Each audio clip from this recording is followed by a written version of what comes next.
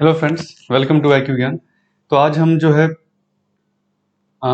इस वीडियो में यूएपीए या अनलॉफुल एक्टिविटीज प्रिवेंशन एक्ट, इसके बारे में हम डिटेल में देखेंगे। ये काफ़ी बार चर्चा में रहा है, न्यूज़ में रहा है ये एक्ट, जिसको हम पूरी तरह से स्टडी करेंगे एग्जाम के लिए, एग्जाम पॉइंट ऑफ व्यू से आपका, कि इसका पूरा जो है सब कुछ इस एक्ट में क्या है, इसके न ये एक्ट है क्या यूएपीए, इसके ऑब्जेक्टिव क्या है इस एक्ट का। इसके अलावा दो अमेंडमेंट्स की अमेंडमेंट जो 2004 का 2019 का साथ में पढ़ा होगा, तो इसको हम डिटेल में देखेंगे कि ये अमेंडमेंट क्या था और क्यों किया गया अमेंडमेंट, क्यों लाया गया अमेंडमेंट, गवर्नमेंट का क्या पक्ष था इसको लाने के लिए। इसके अलावा मेन जो प्रोविजंस, आप एग्जाम के लिए अगर 2 पॉइंट्स आपको लिखना है एक्ट के ऊपर में, तो उसमें आप मेन पॉइंट प्रोविजंस क्या है उसको हम देखेंगे इस एक्ट का। और फिर क्रिटिसाइज क्यों किया जाता है एक्ट को, अगर हम देखें अभी भी जो आपका यूएपीए के अंदर में कुछ लोगों को जो बुक किया गया था, जिनको एफआईआर दर्ज हुई थी, जिनके ऊपर में सीए के विरोध में या फिर नॉर्थ ईस्ट में जो विरोध हुआ उसमें, तो उसमें जो क्रिटिसाइज किया गया एक्ट को, बहुत बार कोर्ट ने भी उसको क्रिटिसाइज किया इस एक्ट को। तो वो क्रिटिसिज्म क्या है, क्यों इसको क्रिटिसाइज किया जाता है, और क्या हम इम्प्रूवमेंट इसमें ला सकते हैं इस एक्ट में। तो ये पूरा जो है इसको हम एग्जाम पॉइंट ऑफ व्यू से हमने कवर किया है, ताकि आपका जो कोई भी इससे रिलेटेड न्यूज है, या सेडेशन की भी बहुत बार पूछी जाती है, आपका सेडेशन हो गया, ये काफी बार अभी न्यूज में आ रहा है, तो इसको आप इसका जो आपका एग्जाम में कोई भी क्वेश्चन आता है मेंस में भी, तो उसको आप आसानी से लिख सकेंगे, ऐसे टाइप भी आप इसको लिख सकेंगे। तो इस वीडियो को आप लास्ट तक जरूर देखें, ताकि आपको जो पूरा समझ में आ जाए। और बाकी हमारा जो वीडियोज है, डिस्क्रिप्शन में हमने कुछ लिंक दिया है, उसको भी आप देख सकते हैं। आपके प्रिपरेशन के लिए हमने बहुत सारे वीडियोज बनाए हैं। तो इसको स्टार्ट करते हैं फ्रेंड्स। और अगर आप इस चैनल पर नए हैं तो इस चैनल को सब्सक्राइब करना मत भूलें, और सब्सक्राइब करने के बाद आप बेल आइकन को दबाएं, और अगर कोई वीडियो अच्छा लगे तो लाइक करें और दोस्तों के साथ शेयर भी करें इसको। आइए फ्रेंड्स, स्टार्ट करते हैं। तो पहला यूएपीए है क्या, तो इसका हमने बताया अनलॉफुल एक्टिविटीज प्रिवेंशन एक्ट। ये कानून एक तरह से है, एक्ट। ये ओरिजिनली जो है पास हुआ था 1967 में, पहली बार कांग्रेस रूल समय था, former prime minister Indira Gandhi के अंदर में ये एक्ट को पास किया गया था। क्यों पास किया गया था उस समय, तो प्राइमरी एक एंटी टेरर लॉ है ये aimed at more effective prevention of certain unlawful activities, जैसा कि आप नाम से समझ सकते हैं, अनलॉफुल एक्टिविटीज प्रिवेंशन एक्ट। तो जो लॉ के अगेंस्ट में कुछ एक्टिविटीज है, उसको प्रिवेंट करने के लिए कानून बनाया गया है। तो उसको कुछ एक्टिविटीज को प्रिवेंट करने के लिए, रोकने के लिए, इंडिविजुअल या एसोसिएशन, यानी तो इंडिविजुअल को एक्टिविटी वैसी कर रहा है, या कोई एसोसिएशन या ऑर्गेनाइजेशन कर रहा है, और टेररिस्ट एक्टिविटी को डील करने के लिए भी। लेकिन जब शुरू में इसको बनाया गया था 1967 में, तो इसका मेन एम था सेक्सेशनिस्ट ऑर्गेनाइजेशन, जो उस समय ज्यादा हम देखें नॉर्थ ईस्ट में या बाकी जगहों पर, पंजाब में भी, तो सेक्शनिस्ट ऑर्गेनाइजेशन बहुत एक्टिव थे, जो कि चाहते थे मतलब कि देश एक अलग जो है राज्य बनाना, अलग देश बनाने का उनका एम था। ऐसे बहुत सारे ऑर्गेनाइजेशन उस समय डेवलप हुए थे, जो कि मिलिटेंट भी थे, वायलेंस भी फैलाने का उनका काम था, और एक अलग देश बनाने का उनका एम था। तो उससे लड़ने के लिए गवर्नमेंट को और पावर मिले, उसके लिए गवर्नमेंट उस समय इस एक्ट को लेके आई थी। बाद में इसमें काफी अमेंडमेंट हुए, उसको हम आगे देखेंगे। तो ऑब्जेक्टिव क्या है इस एक्ट का, तो जैसे हमने देखा, prevention of unlawful activities association in India, इसको प्रिवेंट करने के लिए काम आता है। अनलॉफुल मतलब any action taken by individual और एसोसिएशन, को एसोसिएशन या इंडिविजुअल ले रहा है, intended to disrupt the territorial integrity and sovereignty of India. Unlawful तो बहुत हो जाए, आपका ब्रॉड मीनिंग हो गया अनलॉफुल का। तो यहाँ पे जो इस एक्ट के अंदर अनलॉफुल का मतलब क्या है, कि जो आप देश की संप्रभुता, सॉवरेनिटी, और जो अखंडता है, उनकी इंटीग्रिटी जो हमारी है, उसको अगर कोई चोट पहुंचाना चाहता है, उसको अगर तोड़ना चाहता है देश को, या फिर उसके सॉवरेनिटी को हम पर करना चाहता है, तो उससे डील करने के लिए एक्ट उस समय यूज होगा। तो अनलॉफुल मतलब इसे ब्रॉड टर्म हो गया, लॉफुल बहुत कुछ, अनलॉफुल बहुत कुछ हो सकता है। तो उसमें ये एक्ट का जो मेन एम है, ये कि ब्रॉडर टर्म्स को देखना, कि देश के अखंडता और संप्रभुता को हैम्पर ना हो, वैसे एक्टिविटीज को, वैसे काम को, इसको रोकना, इसका ये ऑब्जेक्टिव है। 2004 में जो एक मेजर अमेंडमेंट किया गया, उसमें क्या किया गया, इसमें पहले क्या था, सेसेशन ऑफ टेरिटरी से रिलेटेड जो एक्टिविटीज थी, उसको अनलॉफुल एक्टिविटी इसमें इस एक्ट में बताया गया था, उसको रोकने का ये काम करता था। 2004 के अमेंडमेंट के बाद इसमें टेररिस्ट एक्ट को इंसर्ट किया गया, मतलब जो एक्टिविटी पहले सेसेशन सिर्फ इसके लिए थी, उसमें अब टेररिस्ट एक्टिविटी को भी इसमें डाला गया इस एक्ट में, कि टेररिस्ट एक्टिविटी भी इस एक्ट के थ्रू गवर्न होगी लिस्ट ऑफ ऑफेंसेज में। List of offences to ban organisations for terrorist activity, तो जो ऑर्गेनाइजेशन इस टेररिस्ट एक्टिविटी में डील कर रहे थे उसको बैन करने का मेन एम इस एक्ट के अंदर लाया गया। ये क्यों लाया गया, क्योंकि पहले, उसके पहले जो एक्ट था, एक कानून था और ऑर्डिनेंस जो था, प्रिवेंशन ऑफ टेररिज्म एक्ट, ये कानून लाया गया था, जो कि 2004 में रिपील हो गया, उसको अमेंड नहीं किया गया, फिर से लाया नहीं गया।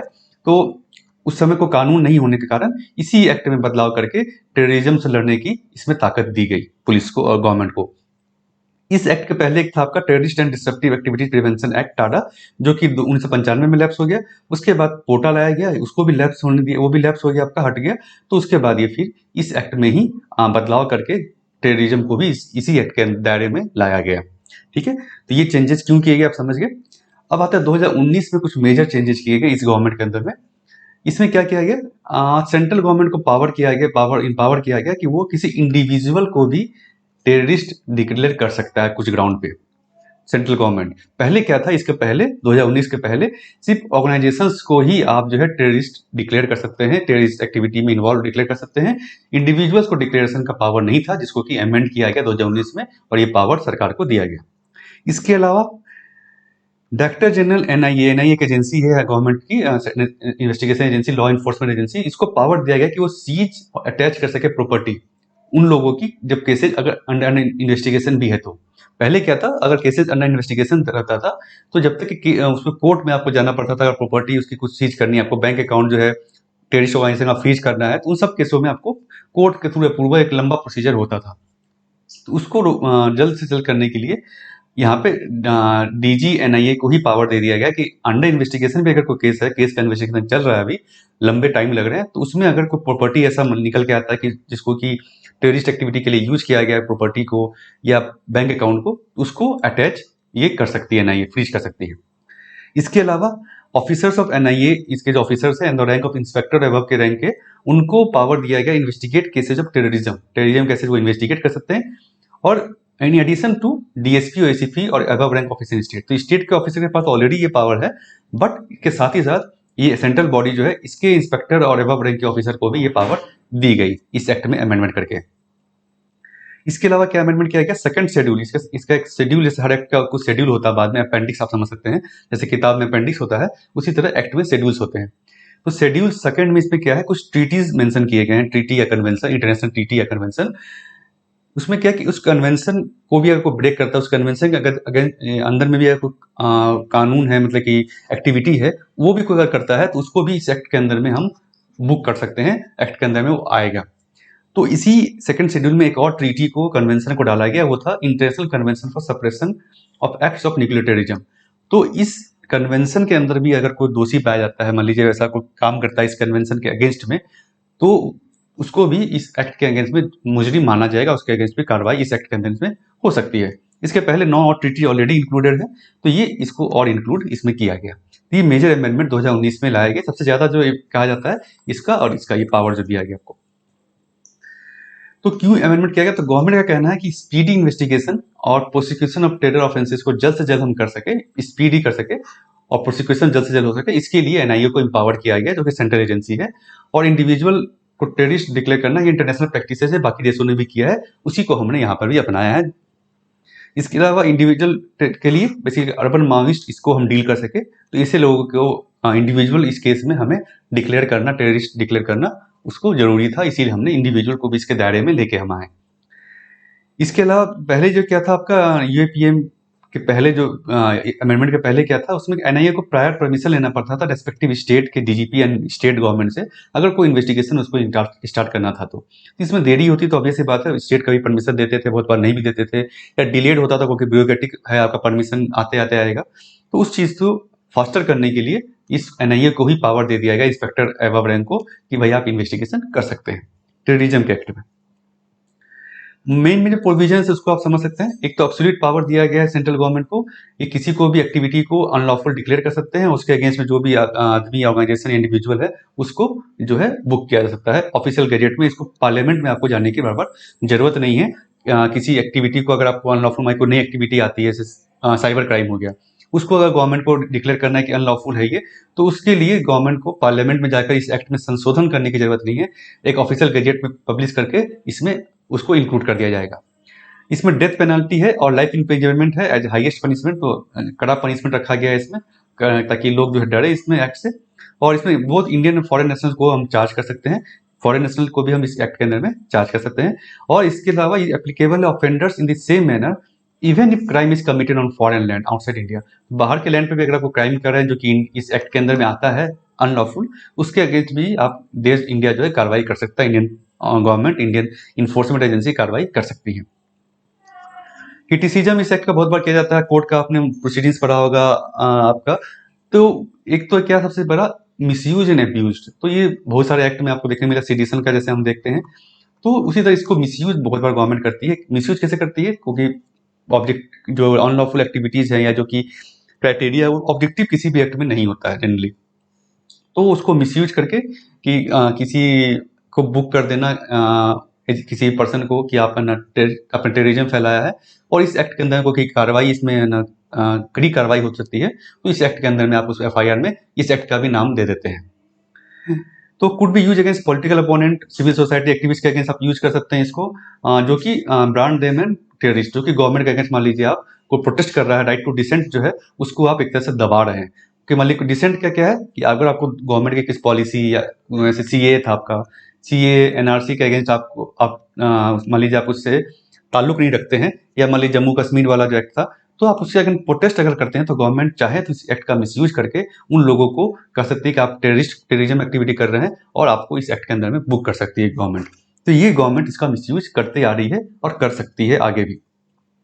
इसके अलावा एक और जो महत्वपूर्ण इसमें खामी है वो है फेडरल स्ट्रक्चर को ये हैम्पर करता है अगेंस्ट, क्योंकि पुलिस अगर हम देखें तो स्टेट सब्जेक्ट है, सब्जेक्ट आपने पढ़ा होगा शायद, शेड्यूल जो है हमारे संविधान के शेड्यूल 7 में आपका लिस्ट ऑफ सब्जेक्ट्स है, उस लिस्ट में यूनियन लिस्ट में आपका जो सब्जेक्ट्स है वो सेंट्रल गवर्नमेंट के पास पावर उसके ऊपर कानून बनाने का, उसको देखने का। स्टेट लिस्ट के अंदर सब्जेक्ट है उसके ऊपर स्टेट का हक है कि वो उस पर कानून बनाए। तो पुलिस जो है आपका स्टेट लिस्ट के अंदर में आता है, स्टेट इस पे कानून बनाती है, इसको देखती है, इंप्लीमेंट करती है।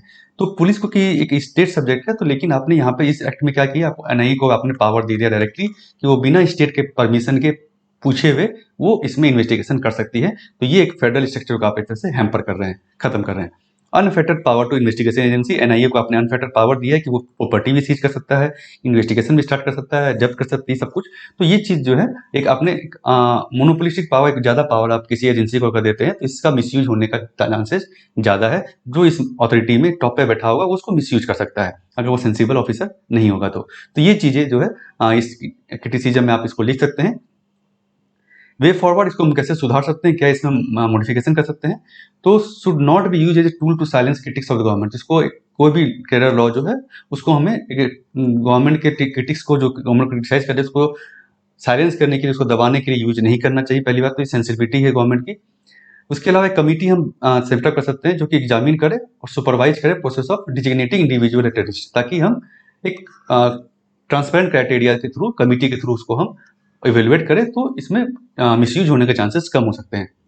और investigation of cases objectivity and fairness, तो ऑब्जेक्टिविटी के साथ फेयरनेस के साथ हम केसेस को इन्वेस्टिगेट करना चाहिए ताकि कोई भी जो आपका इनोसेंट लोग है वो बुक नहीं हो सके। इसके अलावा fundamental freedoms of interest of state, इसको हमें साथ साथ लेके चलना चाहिए। इंटरेस्ट ऑफ स्टेट यहाँ पे क्या है कि टेररिज्म रुके और देश का संप्रभुता अखंडता बचे रहे। फ्रीडम क्या है? राइट टू प्रोटेस्ट, तो प्रोटेस्ट का जो राइट है आपको उसको भी साथ लेके चलना है। लोग फ्रीडम ऑफ एक्सप्रेशन जो है आपका कि कोई अपना एक्सप्रेस कर सकता है व्यू, तो इस चीज को भी हमें देखना होना चाहिए गवर्नमेंट को, और इंटरेस्ट ऑफ स्टेट दोनों को बैलेंस करके जिसको चलना चाहिए। इसके अलावा arbitrariness under law should be check through judicial review, judicial review के थ्रू इसको चेक, जैसे कोर्ट कर भी रही है, अगर मिसयूज होता है तो उसको जुडिशियल रिव्यू के थ्रू उसको रोकने की जरूरत है। तो दोस्तों ये था यूएपीए के ऊपर में पूरा आर्टिकल। अगर आपको अच्छा लगा तो वीडियो को आप लाइक करें, दोस्तों के साथ शेयर भी करें इस लिंक को, और अगर आप चैनल पर नए हैं तो इसको सब्सक्राइब करना मत भूलें। सब्सक्राइब करके आप जो है बेल आइकन को दबाएं ताकि आपको आने वाली वीडियो की नोटिफिकेशन मिल जाए। Thank you friend.